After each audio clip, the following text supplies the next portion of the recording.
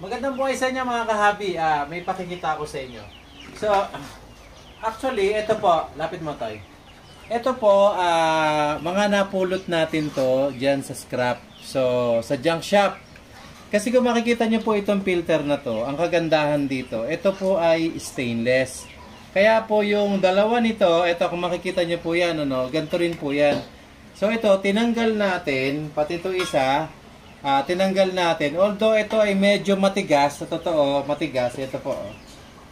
So, ito, itong tinutuwid natin ito, ganito rin siya. Ngayon, sinatsagaan natin, medyo may katigasan. Ang kagandahan sa kanya, stainless. So, itong mga ganito kasi, sa totoo po, itong mga ganito, alam niyo naman, yung iba, sa mga sasakyan, either ilagay sa mga plaka or sa pinaka-front ng sasakyan, nagagamit. So, kaya ito ngayon, itong tinuwid ko na to, na mula dito, yan, kaputol din yan na paikot, pinutol natin to kasi ito, ilalagay natin dun sa sasakyan ng anak ko. So, yun. Kaya, mga kahabi, sayang kasi, so, yung mga ganito po na nakikita nyo, scrap, baka magamit nyo rin. Salamat at magandang buhay po sa inyo lahat.